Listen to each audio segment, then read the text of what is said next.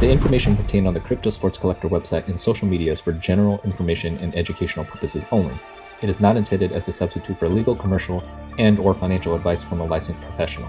The business of online investing is a complicated matter that requires serious financial due diligence for each investment to be successful. You are strongly advised to seek the services of qualified, competent professionals prior to engaging in any investment that may impact your finances.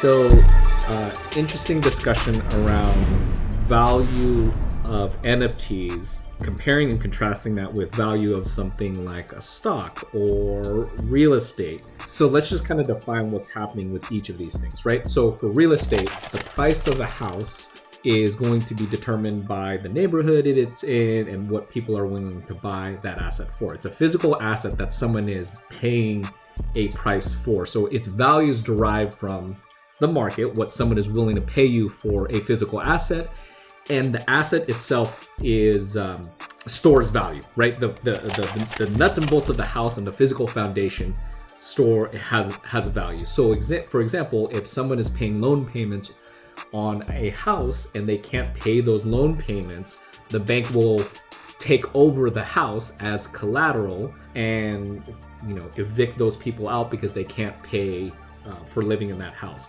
So in the case of real estate, the physical asset itself holds value, and the bank would recognize that in the case of someone not being able to pay rent payments, right? So real estate as a store of value is based on either what somebody in the market's willing to pay for it and or the physical asset itself. When you think about the stock market, the value of a stock is based on how many total shares are out there, and at a market value that people are willing to purchase it at, right?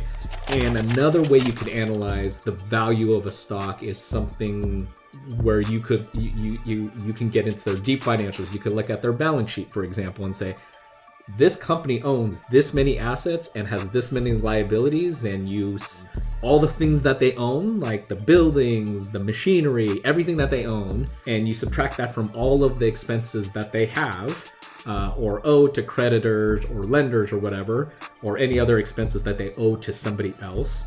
You subtract that from the assets that they own or the value of the assets they own, and then what will be left over is something called book value. Meaning, if you subtract assets and their liabilities from each other and something is left over, that is what the book value of that company is. So there's a number of ways you could probably derive value of a stock.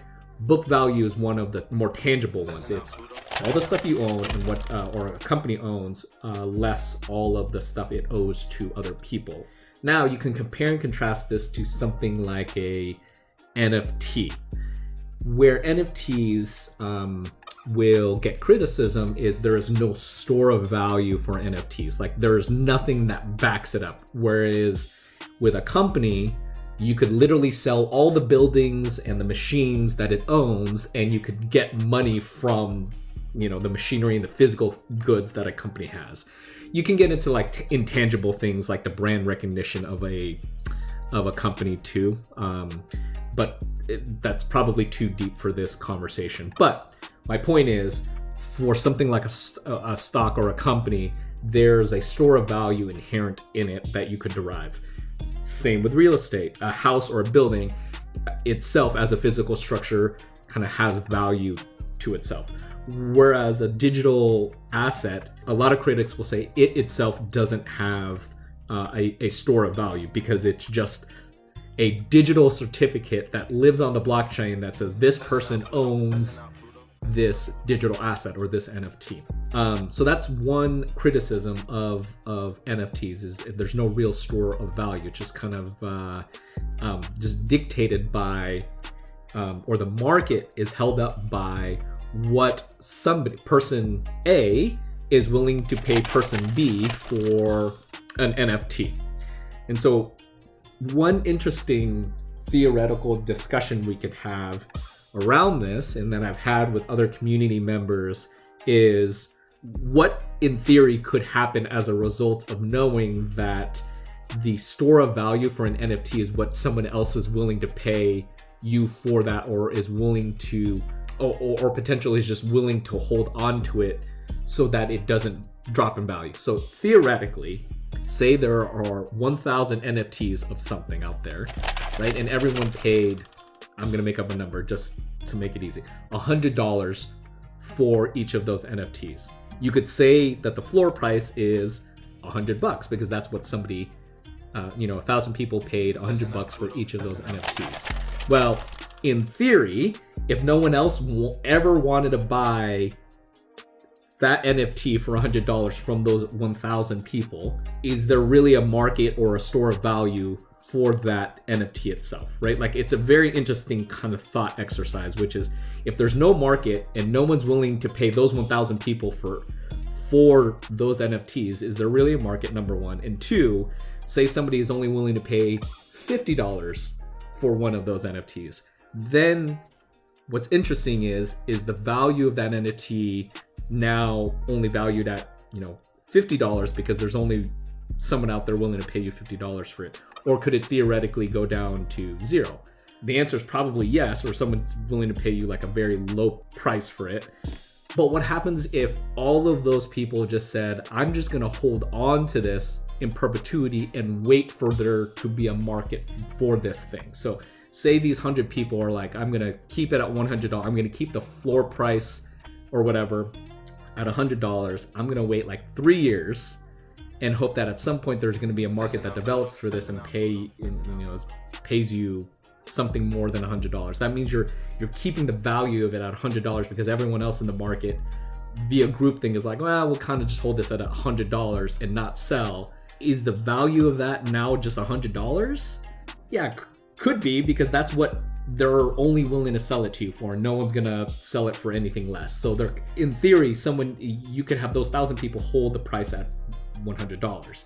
Again, at the end of the day, there's nothing that tells you that that NFT is actually worth $100 because there's no physical asset backing it up, right? Going back to that critique of NFTs.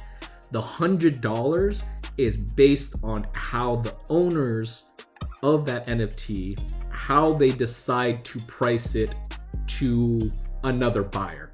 So if all 1,000 of those people did not only decided to only hold the price at $100, then in theory, the market value of it is $100. If you compare and contrast that to something like the housing market, there could be a house out there that is worth X amount of money. That's a really good point. There's other macroeconomic factors outside of just the way you want to price that house that could influence how you bring it to market. So even though it's priced at X amount of dollars, if the house that's next to you, a comparable house, is next to you, and it's the exact same house, but it's just literally one house over to your neighbor's house, and they're pricing at way below X, then a rational buyer is going to be like, well, these houses are basically the same, but I want to go pay the cheaper price at Y. You are beholden to the fact that you have to consider something else in that equation for how you price your house relative to your neighbor, for example. So you're right. That's just one small example of something else you have to consider. Whereas in the NFT space, one could theoretically just kind of collude with the rest of the other NFT folks, and there could be a world where you all just say, well, we're going to hold the floor price here. And in theory, you could probably do that easier than you could do in for the stock market or real estate, where certainly there are macroeconomic factors and other societal factors that will influence the pricing of each of those investments or assets. Of course, NFTs also are beholden to macroeconomics too. But is there theoretically a way that if there was a concerted effort to hold NFTs at a certain price, it could probably, in theory, be done? I don't know if it would actually practically happen, but in theory, it could be done.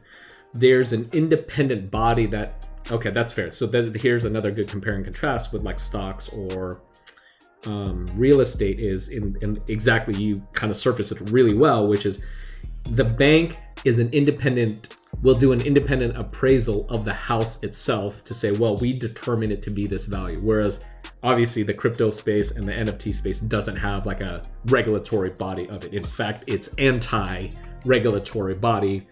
right? And so there's no one saying, well, you guys are colluding on price, or there's no one that's saying, well, that's priced way too high or priced not at fair market value, because fair market value is literally whatever someone is willing to set a price at and somebody else is willing to transact at that price.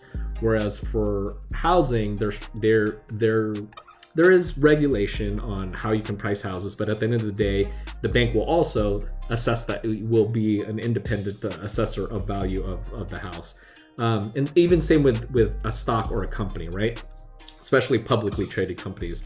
There's a lot of rules and regulations about how they can put together their financials, and those financials will give you a peek into how they are valued. And one of those ways is what I was talking about earlier, which is book value, which is you take all the things they own and all the things they owe to people, all the things they own, assets, and all the things they owe to people, liabilities. You subtract liabilities from assets. Hopefully that's a positive number, and what's left over is the book value of that company. Like, it's an objective number that you can derive, just like how the bank has a certain way of appraising a house and deriving value for the house and what they're willing to give you a loan for on that house. Whereas NFTs don't necessarily have that. It is based on the holders of the NFTs kind of create value or assign value to the NFTs that they're holding.